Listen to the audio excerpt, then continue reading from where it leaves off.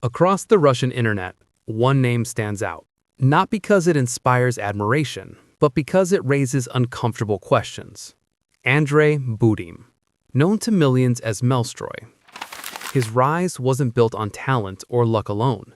It was shaped by attention, controversy, and a system that rewarded excess.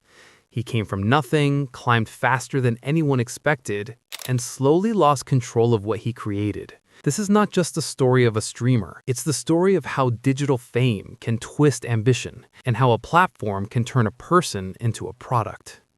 To understand where it all went wrong, we have to begin at the start. Long before the money, before the scandals, before anyone knew his name. In a small apartment in Gomel, Belarus, poverty was not an exception. It was everyday life. A father spent his days working long factory shifts. A mother stood behind a kiosk, counting small earnings. And the young boy wore his older brother's clothes not by choice, but because there was nothing else. This was Andrey's childhood. No comfort, no privilege, only survival. Yet within those narrow walls, something began to grow. A quiet hunger, a deep determination. One that would later reshape his world, even as it slowly pulled him toward ruin. His older brother became his entire universe. When Sergei bought him a computer, he didn't just give him a machine. He handed him a key to another world. And Andrey, desperate to climb out of poverty, began to teach himself the language of the internet. He was young, barely a teenager, but his eyes were already fixed on one thing: making money. The Minecraft servers came first. Simple, ingenious. Andrey would spend countless hours crafting digital worlds, then selling access to them to other children just like him. He spammed every Russian social network he could find. By age 14, while his classmates were still struggling with algebra, Andrey was earning money. Then came Dota 2. At 15, like so many young Russians, he discovered the game. But Andrey wasn't just playing, he was trading. But games were never going to be enough. When Andrey turned 16, something shifted. He discovered streaming. Not the kind where you showcase your gaming skills, no. Something darker. Something that would set him on a collision course with consequences he couldn't yet imagine. This is where the story takes a turn that most would rather not examine. Andrey began frequenting Russian chat roulette, that infamous random video chat platform where strangers meet strangers. But Andrey had a system. He would find young women, chat with them casually, and then make an offer. A simple transaction, money for exposure. And remarkably, many of them agreed. They would remove their clothes, they would dance, they would perform degrading acts for a few dollars of online currency, while thousands of viewers watched through Andrey's livestream. By 2017, his broadcasts were pulling in 60,000 concurrent viewers. The numbers were staggering, and for nearly 3 months, nobody intervened. YouTube didn't delete the videos immediately. The police didn't knock on his door. It was as if the entire system was asleep, or perhaps worse.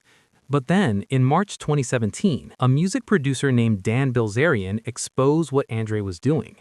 The truth, suddenly, was no longer hidden, and it wasn't just the viewers who learned about it. The government did too. Police burst into his apartment. They took his computer. They were building a case. Andrey ran. For 3 months, he hid in hotel rooms across Russia, still streaming to his loyal audience, almost as if he was taunting the system that was searching for him. There's a kind of defiance in that act, a recklessness that suggests either complete confidence or complete delusion. Then, unexpectedly, the case was dropped. The investigation simply stopped. Nobody knows exactly why. Some whisper that his parents paid for his freedom. Others suggest a lenient judge saw only a foolish teenager who didn't deserve to have his life destroyed. Whatever the truth, Andrey was free. No prison, no conviction, no real consequences. But something had changed in him. The transformation. After his brush with the law, Andrey made a calculation. Streaming nudity wouldn't sustain him. He needed a different strategy, something bigger, something that would turn his notoriety into an empire. He found it in gambling streams. An online casino offered him an exclusive deal, and suddenly money began to flow like never before. But this wasn't money earned through merit or innovation.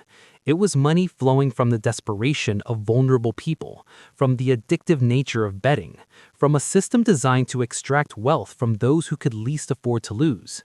Andrey's life transformed overnight. Alcohol, drugs, women, chaos. By some accounts, he was earning $1 million per month from casino sponsors alone. He moved to Moscow, he surrounded himself with other streamers who were just as reckless, just as hungry for attention. And as the money increased, his humanity seemed to decrease proportionally. He began hosting what became known as trash streams. The concept was simple, but devastating. Invite struggling people onto a broadcast, humiliate them for entertainment and donation money, and watch as viewers paid to witness degradation.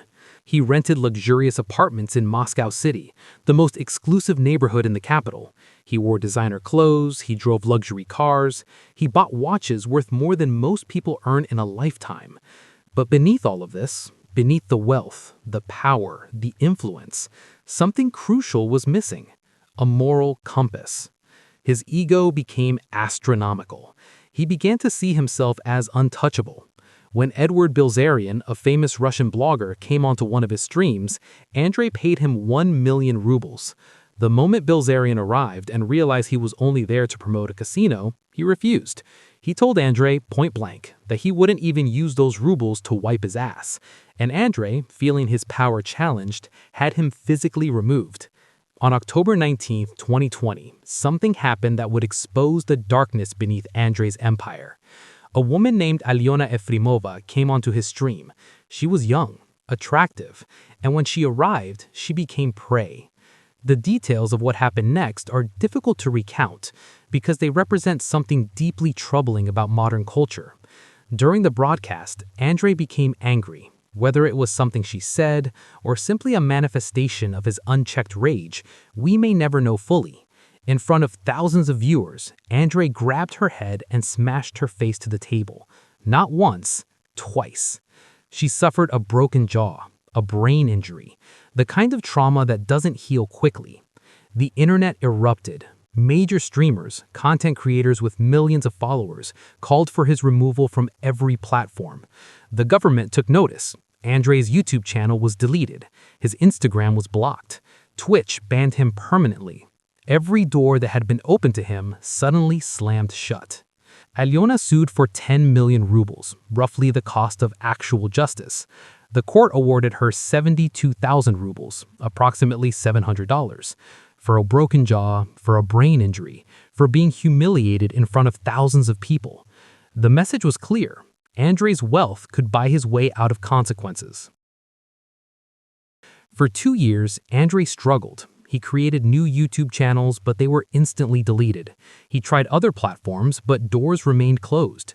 The man who had been at the center of the Russian internet was now invisible, irrelevant. But irrelevance was a torture for someone like Andrey.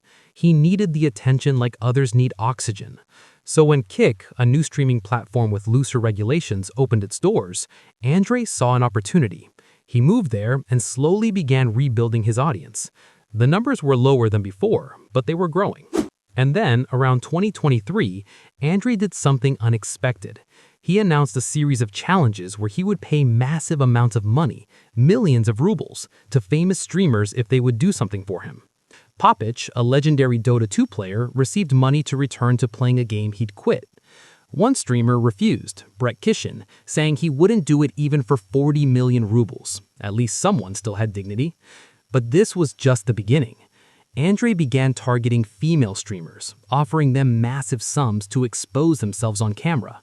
One woman was offered 1.5 million rubles simply to show her breasts for a minute. Some say Andrey then called his bank and reversed the charges, literally stealing the money back. Andrey's wealth was being weaponized to humiliate, exploit, and degrade others. The global ambition. In 2024, Andrey had moved to Bali Islands, living a life of luxury while earning approximately $20,000 per gambling stream. He had become more selective about his guests, only inviting people he trusted. But his hunger for attention hadn't diminished. it had simply evolved. He announced a challenge that would cost him millions. Pay money to anyone who could get major celebrities to follow him on Instagram or send him greetings. The rewards were astronomical. Mr. Beast following him would be worth 150 million rubles. A video greeting from Lionel Messi or Cristiano Ronaldo, 30 million rubles each. And remarkably, it worked. Mr. Beast did follow him. Drake followed him. Kylian Mbappe sent him a video greeting. The president of Lithuania acknowledged him. The message was clear. Andrey's money could buy validation from anyone. In March 2024, a stream between Andrey and Russian rapper Morgenstern attracted 720,000 concurrent viewers, breaking records for the entire post-Soviet internet. Casino operators paid him 300 million rubles for that single stream. And in that moment of triumph, something unexpected happened. Andrey felt empty. He had broken the record. He had achieved what he set out to achieve. And suddenly, he realized there was nothing left to chase. No goal that could compare. No ambition worth pursuing. The deeper question: what does it mean when a man can transform from poverty to unimaginable wealth and yet become increasingly hollow? What happens when the system, YouTube, Twitch, the law, society itself allows someone to repeatedly escape consequences because they have money? Andrey Burim's story isn't just about one person. It's a reflection of something larger. A culture that celebrates excess while tolerating cruelty. A digital landscape where the only rule is attract attention and everything else is permitted. Today, he lives on Bali Islands, still streaming, still seeking validation, still surrounded by people who care more about his money than his humanity. His mother and brother were accused of money laundering through cryptocurrency. His father passed away years ago, never seeing his son find peace. And Andrey continues, creating challenges, giving away cars to the highest bidders, paying for video greetings from celebrities, building an empire of attention on the foundation of exploitation. The question that lingers is not whether Andrey will ever change. The question is whether we, the viewers, the society that enabled him, will ever wake up to what we've allowed to flourish. Because MELLSTROY didn't create himself. We did.